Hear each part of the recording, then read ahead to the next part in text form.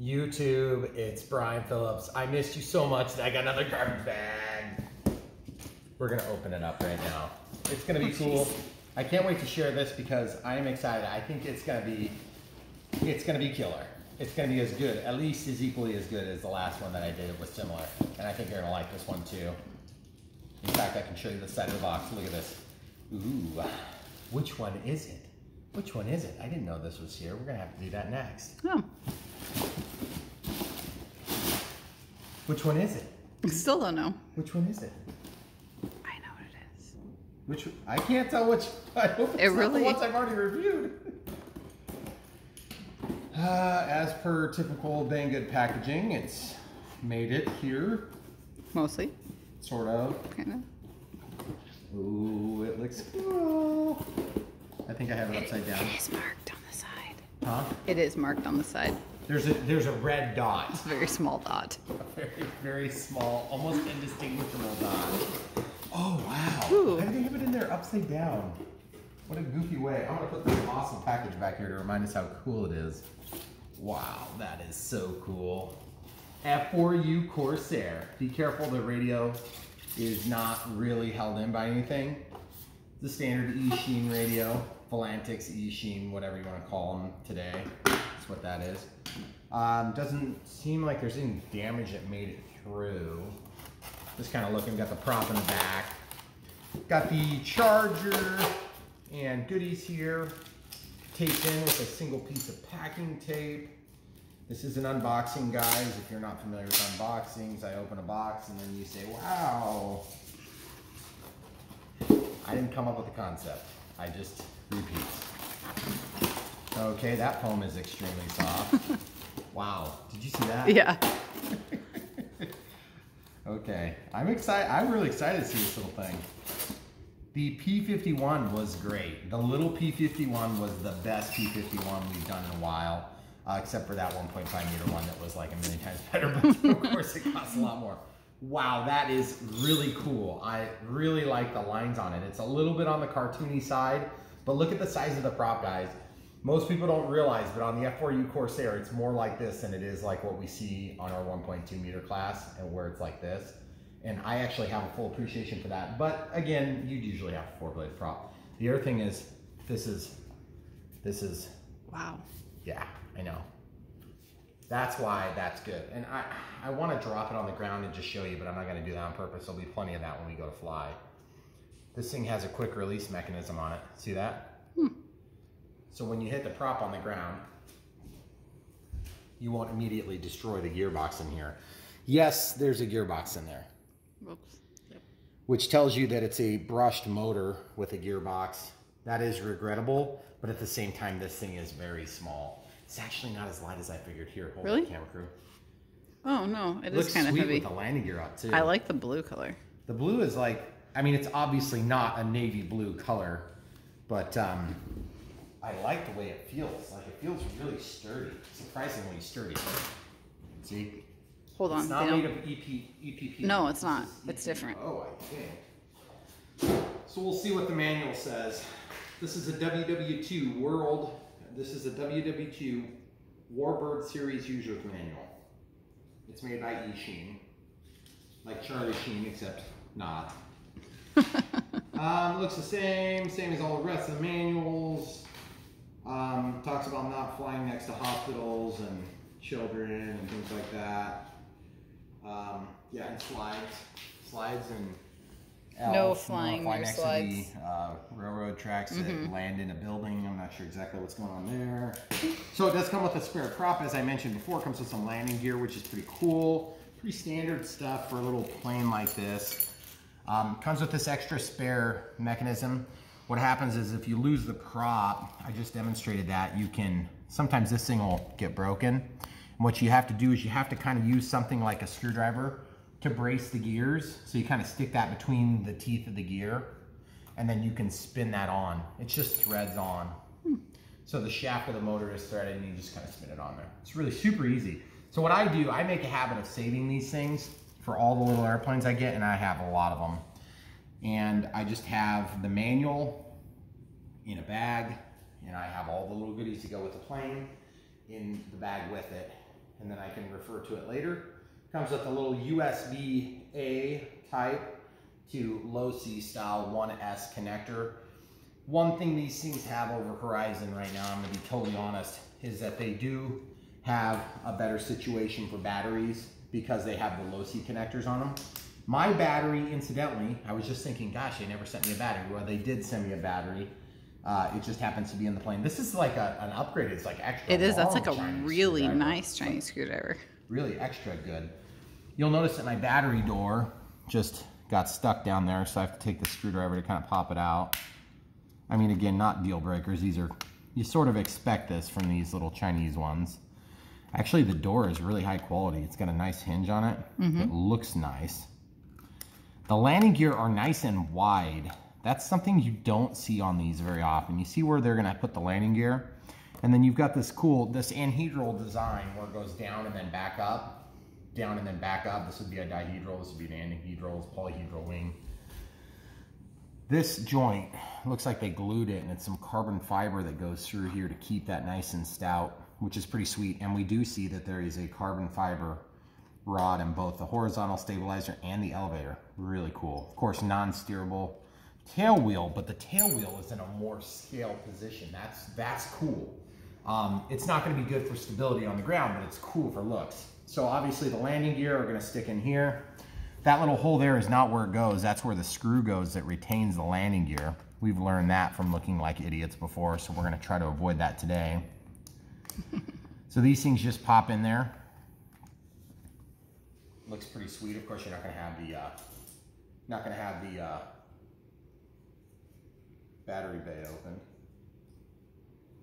So there's 3 screws that come with this, or there might have been a 4th and a 5th. Maybe it was like a spare.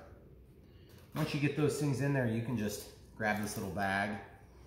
Got all these little screws in there. It's just a Phillips head. So, I mean, if you don't get the Chinese screwdriver for some reason, they do give you some spares, which is kind of nice.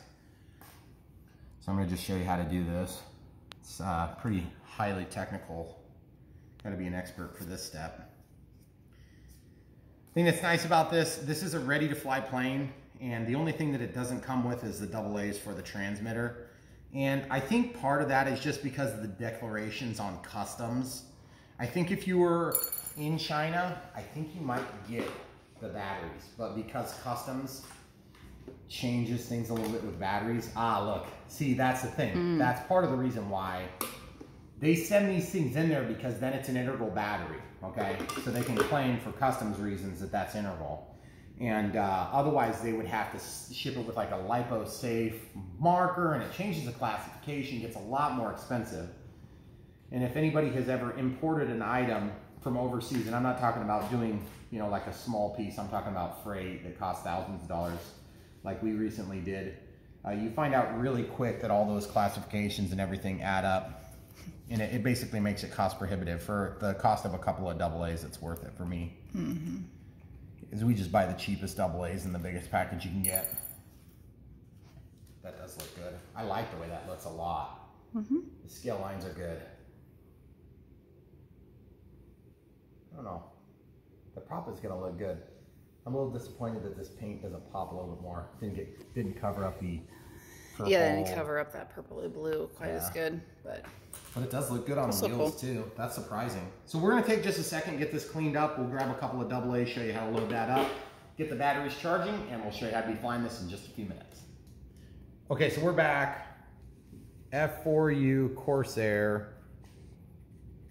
I always write down on the batteries and on the back of this thing, because these transmitters are tied to just the one plane.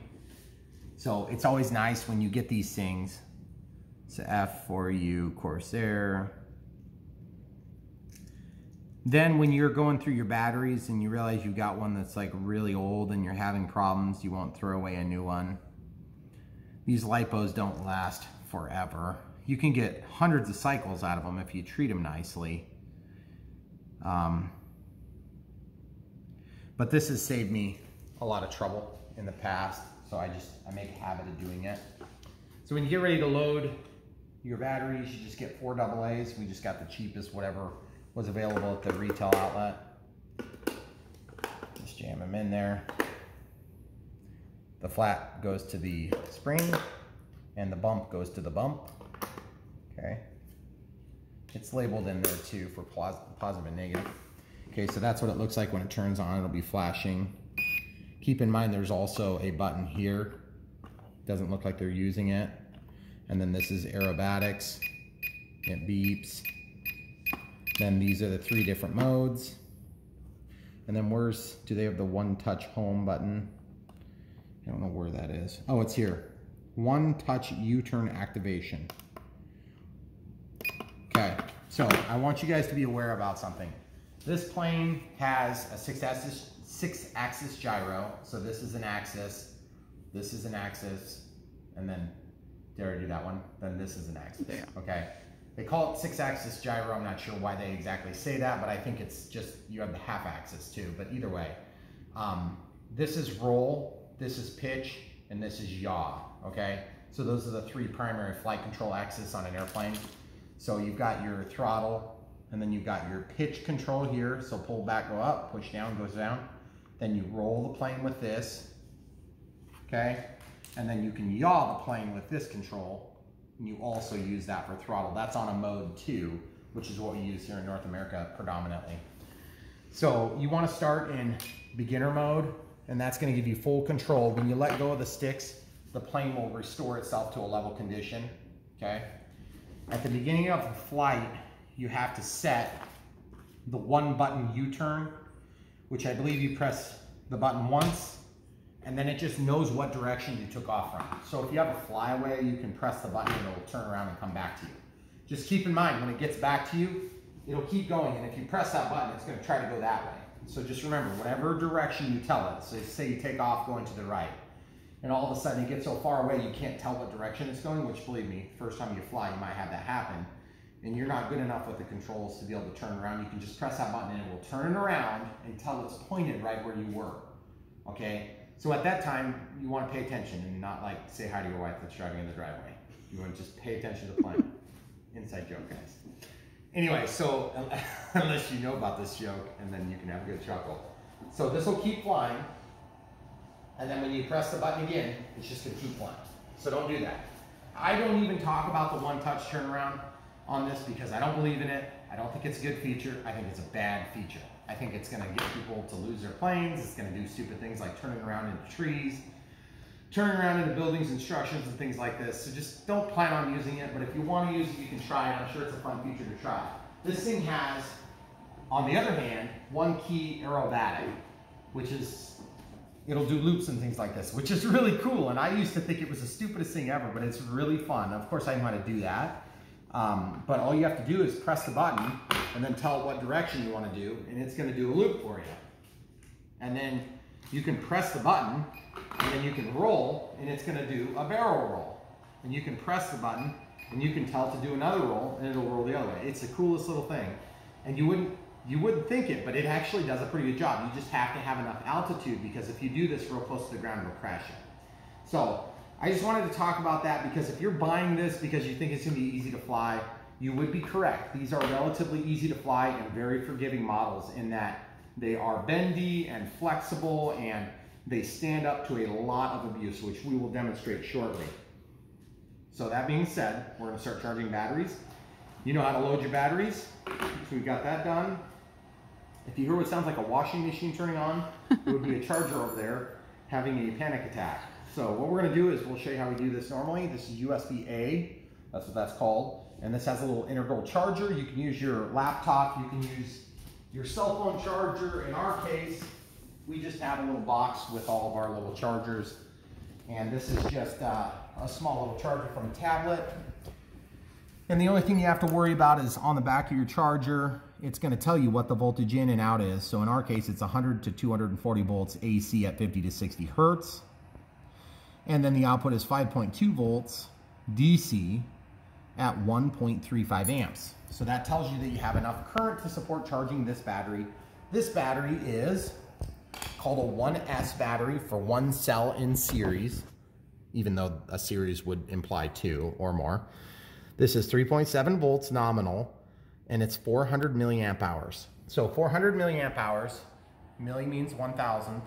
So if you look at that way, then it's 0.4 amps per hour of consumption. That's the maximum discharge rate. So in this case, we don't want to charge a whole lot quicker than that, and this is going to regulate it to a certain extent, but these things are really cheap and crappy, so you're just going to use it. If you don't have anything better, that's fine.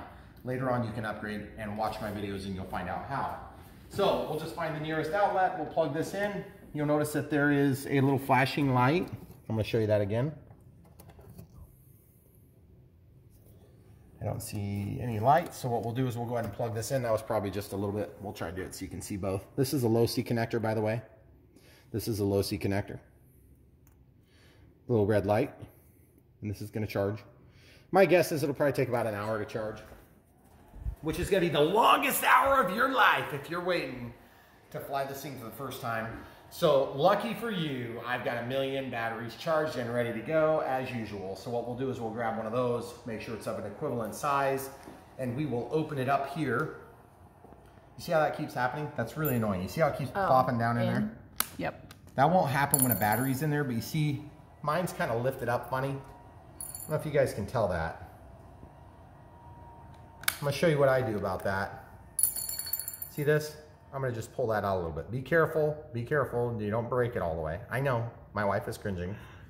My wife and wonderful camera crew is cringing, but she forgets that I've done this hundreds of times with her filming. Still doesn't make it any I less know, scary. it doesn't make it less cringeworthy. So, we're gonna grab some batteries and we're gonna see what this does right now. So as before, I'm just gonna grab my dangerous explosion hazard here, and we're just gonna find what battery we need. This is probably not the best storage method. Probably not. But as you can see, this is an F22, so that's 360 milliamp hours. This one here is 360 milliamp hours. This one's an F22, 360 milliamp hours. A P51, ooh, that one's 360 milliamp hours. Man, was this just a weird size or what? What do you need? 400. Oh. So this one's 360 milliamp hours. And as you can see, I'm just going through looking at the markings on the side of the LiPo. And this is how you can determine what type of pack you're dealing with. And in my case, this is a 500 milliamp hour. I bet it would still fit. That's the next question you guys are going to ask is, can you put a bigger pack in there? The answer is probably. This is 700 milliamp hour. That's a question that people ask me all the time because I have access to 1,000,000 of these little batteries, and you probably do too if you get into this. See, that one's just a little bit too wide. But if you really were motivated, see, the motor is actually the bottom. See that? So you can't just ram it in there. The control board might give you a little bit of lenience to get that back there. See this? I don't know if that's going to go. So 700 is probably a little bit too big. And this one here, what's this one? That's an Eachine, 350 milliamp hour. So the closest one we got is 360, so we'll just start with that. This one's real long and skinny, so that one you might be able to get in there too. So we'll do this 360 milliamp hour. That one will for sure fit in there. Oh yeah. And that's the other thing is, just be nice to your leads. The nicer you are to your leads, the longer they're going to last. This is my recommendation. Throttle's all the way down, power's on. Then you get your orientation. See how the black is to the top? Hold it because you're going to block it with your thumbs. And then the black is to the top. Set it down, leave it for a second, okay? That's trying to correct for environmental impact, okay? It's already bound, you don't have to bind it or anything. That's going to arm it by going throttle all the way up and then back down. Now it's ready to fire. Woo! So, as you can see, when I raise this wing, the aileron goes up. That's going to try to roll it down. This aileron goes down, which is going to work together to bring the plane right. Then you see when I yaw the plane, see how this goes over? It goes over. It's trying to keep it going straight. Same is true with the elevator, but it's much harder to see. It's more, that's really hard to see. See, it's moving. This just happens to have a small elevator. It's going to have a lot of power. I don't know, is it windy out there? Yeah. I think it's windy out there. Let's go try to fly it right now. Okay, so guys, I was saying let's go outside right now and fly, and I did mean that, and I fully do mean to it, and I intend to do that. But I'm going to show you what a charging rig looks like that's not free, that came with the little plane in a ready-to-fly configuration. That plane is a ready-to-fly, and so that means it's supposed to come with everything you need. That one doesn't like plugging in very well. Hope it's not got a problem. We'll try this one. If you have a battery that gives you issues, inspect it. Make sure there's not going to be a bigger problem, like a fire. Oh, there it goes. It's fine. So this is what we call a balanced charge board. Okay, I've designed it to receive a lot of different styles of batteries. I was just charging some new E-Flite batteries. They are 2S with this weird balanced charge plug. And this is a smart charger, so I'm going to just pull up this battery. And since it's a 1S, we have to indicate it's a 1S, I guess, on this. And then we want to set the current down to, these are 300 or 400 milliamps. So we can go to 0.4 amps. And then we'll go to start. So we're currently starting the process without the balance feature. And interestingly enough, you don't have to balance it because it's a 1S pack. That means that there's only one single cell in series with nothing. So I don't know why they call them 1S. Probably because when you get to a bigger pack like this, which is a 6S 5000 milliamp, or a 2S 228 milliamp hour, then the S makes a lot more sense. Or a 3S, as you can see, it's not necessarily the size of the pack, it's the number of cells in series, which we talk about that sort of thing on this channel. If you're new to the channel, welcome to the channel. The next thing that you're not used to if you're new to this channel is that we're gonna go fly this plane in a horrible condition to make it next to crashing. So enjoy. All right, guys, I forgot to tell you one other thing. Since we're charging 3 of these, I failed to mention that you can actually charge them at 4 times as fast.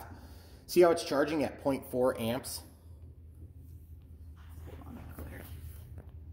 See how it's charging at 0.4? We're going to actually stop that. We're going to stop that. Actually, we'll just go to current adjustment. And you can do 0.4 per cell, which would be 3 times 0.4 would be, what is that? What is that? 3 times 0.4 would be 12. 0.2. There we go. Sorry guys, having a brain fart there. So if we have 3 at 0.4 amps, then that means it'll be 1.4 amps total. But you can also charge these at higher than, they call that 1C, which is 1 rate of charge.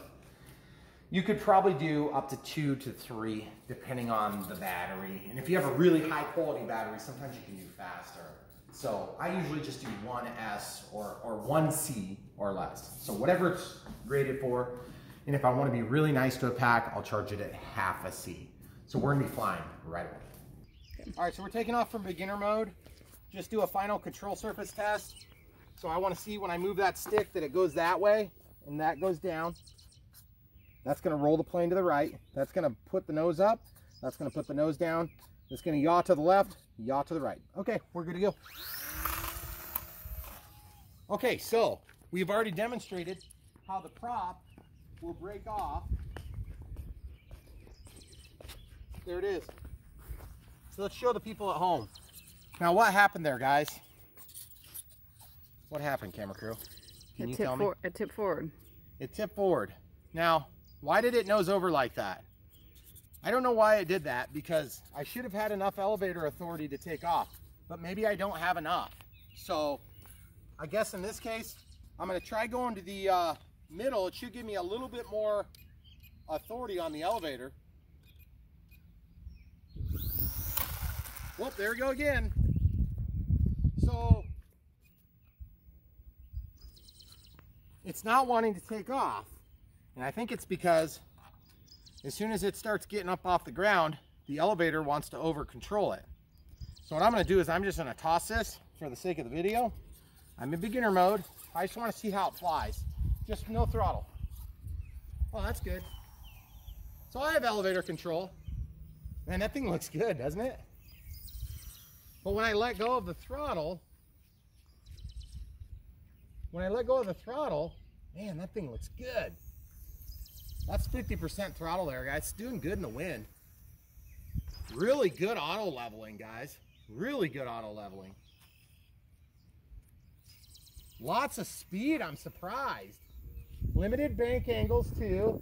So that's as far as you can bank, and I'm just giving a little bit of rudder and a little bit of elevator. Excuse me, maximum aileron and a little bit of rudder. Going with the wind there, so you see it's getting pushed hard. So I'm 50% throttle, still making it in with the wind. Chop the throttle, we'll just glide it in here and see how it looks. Ooh, stalled. Did you see that stall there, hon? Mm-hmm. Have to give it about 70% throttle to stay flying there. I'm still curious about this whole takeoff situation. I want to land on the runway here. Coming in for a landing. Now I'll go around again. It's getting thermaled up there, hon. Okay, right into the wind. Okay, well, usually when you say a 3-point landing, you mean the tail wheel. So, I think our auto leveling is just fighting really, really hard to get it level, and that's why we're getting that prop strike. So I'm gonna try this. I'm just gonna bend those gear forward just a little bit, like this. Now hopefully that doesn't make them too short. May have to get the scissors out and trim down that prop. I was talking about how cool it was that prop was looking the way it does. I'm gonna go full back on the elevator and we'll just throttle it up. Oh, there we go, guys. Full back on the elevator took care of it. Man, that looks so good up there. What do you think, hon? It does look good. That's cute. It's really cool. It's a decent flying little plane too. Yeah. Not hard to fly. Feels like it has a little bit of expo built into it. It is not calm. Well, it's calmer than we've done other planes. Calmer than we did the P-51. Yes. So the other thing too, guys, if you're just getting into the hobby, there is a lot to learn, and there's a lot of resources out there to help you. I am one of them. If you have questions, please ask in the comments below.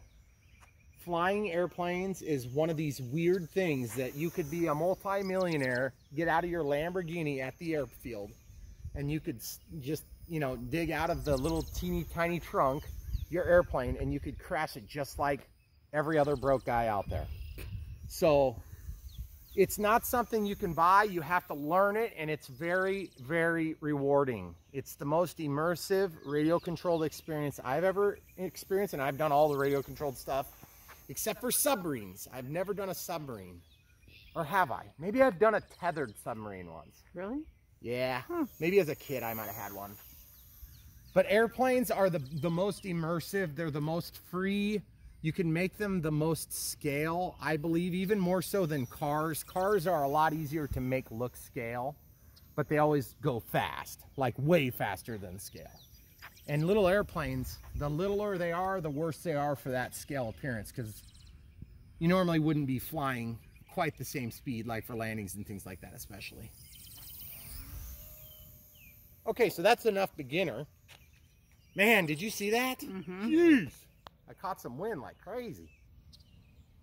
This auto leveling is just very good. Very good, guys. When you let go of the sticks, here, I'll turn it around and kind of come at us in the wind. All right, so we're about 50% throttle dialed in there. You couldn't do that 20 years ago, guys. You absolutely could not. You'd have been crashed already. And if you're new to flying radio-controlled airplanes, you don't realize this necessarily, but when you let go of the sticks, the plane usually just kind of does whatever it feels like doing. It doesn't just do that. This thing is evidently a little bit nose heavy, and that battery we're using is actually 40 milliamp hours, or 10% smaller than the one that came with it. Not sure what the deal is there. We're going to go to expert and see what we can do with this. Sorry. Camera crew is in the way. Yeah. I want to blame the plane for that, but it was kind of the camera crew. I didn't have enough time to get my speed up. We'll go down the runway again. This is my normal torture test for planes. See, I was just helping out. You were. That was just my contribution. We're gonna use the rest of the runway. I'll stand back here. Jeez! That was not my fault. You really gotta hold that elevator to get it off the ground, guys. That is not common in a warbird. Normally the hardest thing is taking off, and you have to balance getting the tail wheel off the ground as you achieve a certain amount of airspeed. Then once you do that, what I'll show you guys is this. This isn't really hard, but it's hard to not crush everything because it's just foam. See what I'm doing? I'm just kind of rocking it in there. Does that make sense? Yeah. Okay. We're gonna go back to beginner, pull back the stick all the way. See? It just doesn't want to have enough elevator authority. I think we're gonna solve that right now. All right, guys. You see that hole? It's already in the inside hole. So the one thing I can say is you could do a mechanical trim on this. And a mechanical trim is where you actually bend that little hook or that little loop. And that's going to give you more up elevator all the time. Okay, so normally you would do this with a screwdriver, but I'm too lazy to go get it. So you see I'm just going to kind of push on that a little bit. Okay, that gives us a little bit more up elevator neutrally. So hopefully that's going to help resist that nose coming down into the ground. There we go. That felt a lot better. A lot less impossible. Okay, so what I want to do is I want to go to... Oh, wait, let's do the trick. Do the one button trick, but I got to do it where the sun's not in our way. So we'll go this way. Okay, you ready for the one trick aerobatics? Mm-hmm. There's the one button aerobatics. What the heck was that?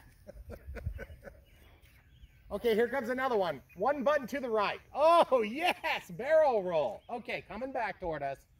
One button to the left. Evidently not fast enough. It was a rejection. I got a rejection notice. There we go. That's to the left. That is so cool. Guys, I want to show you how easy this is. One button to the left. That is so cool. I didn't do anything other than press the button and move the stick to the left. Now you'll notice this plane is disappearing into the sun pretty bad. That's because I'm lining it up with the sun. Man, that yellow nose makes it look so good.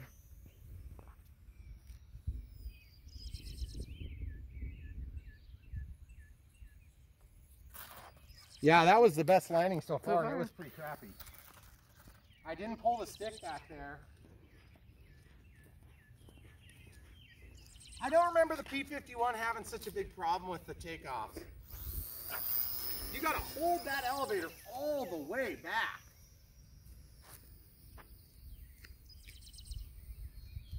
%, throttle, just cruising. If it was dead calm, this thing would be easy. What do you think, hon? That's cute. I think it looks awesome. Yeah. Okay, there's expert. Now it's gonna be like squirrely as heck because I screwed with my adjustment on the elevator. See, that's full down. When you catch a little turbulent wind, it just kind of does what it's gonna do.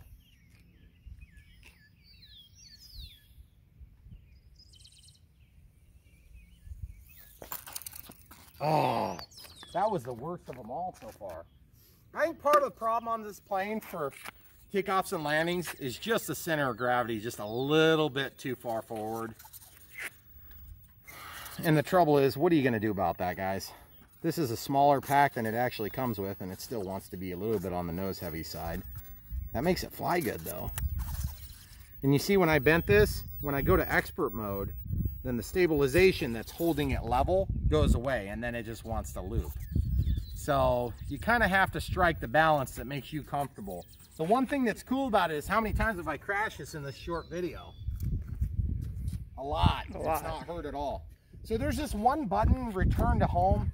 I don't even know if I want to try it.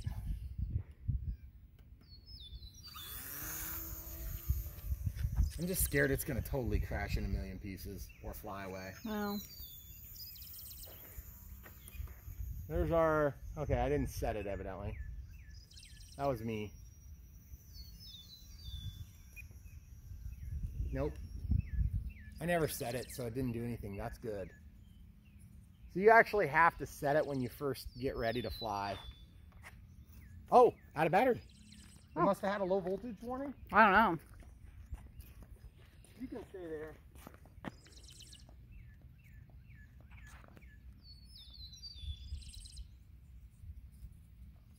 Yeah, it stopped running. So we're out of power on this. Thoughts, camera crew? Compared to the P51? Same lineup? It's been a while, but the P51 is probably a little nicer. Just because of the takeoff issue. Well, this takeoff issue, cool. You know, I kind of think the same thing, except that I like the way this looks a lot better. I like the P51. It's a fun plane, but it doesn't look as scale. I feel like they got the scale lines better on this one. And that one can be hand launched. If you care, just throw it. Oh, yeah, absolutely. Whatever, who cares? Well, and by the way, I don't know if I mentioned this, but there's a carbon fiber spar through the whole length of it. So, and how many times did we just crash that? Oh, like a bunch. 10 times? Yeah. So, they're good starter, because you're going to crash it a bunch. See this, guys? The worst damage is just a couple of scrapes on this decal, or on this, I don't even know what they call that thing, but it goes over, it's like a nose cone. It's like a spinner, but it's a weird shaped spinner on the F4U Corsair. And the other thing I can say about this is, compared to some of the more sophisticated electronics out there, more expensive electronics, these things do actually really good. Like, you see how windy it is right now? Watch this. That's no controls whatsoever. Yeah. It just does decent. It's not the best out in the market. It's not the worst. It's somewhere in the middle, but the price point really makes it attractive for somebody that's new to it, especially that it's ready to fly. It comes with everything you need except for the 4 AA's, which you can get for a couple of bucks. So if you figure on less than $100 price point, this is a really cool place to start, and I think you should try it. Look at the links below. We'll go ahead and link the F4U Corsair, and we'll link the P51, just because we talked about it a bunch. They're both good planes. If you want the P51, there's videos for it. We got playlists for all sorts of videos. Just go through, find the Eachine or the Atlantics or whatever they went by that day. Just so you know, all these manufacturers are basically the same Chinese manufacturers. So you'll notice that when you get these, because they'll come with the exact same radio, and they just have different branding labels on there. So same thing, same electronics, and really fun. Thanks for watching, guys. We love having you in our life. We love sharing this stuff, the joy of the hobby. My wife especially loves it. Come back for more.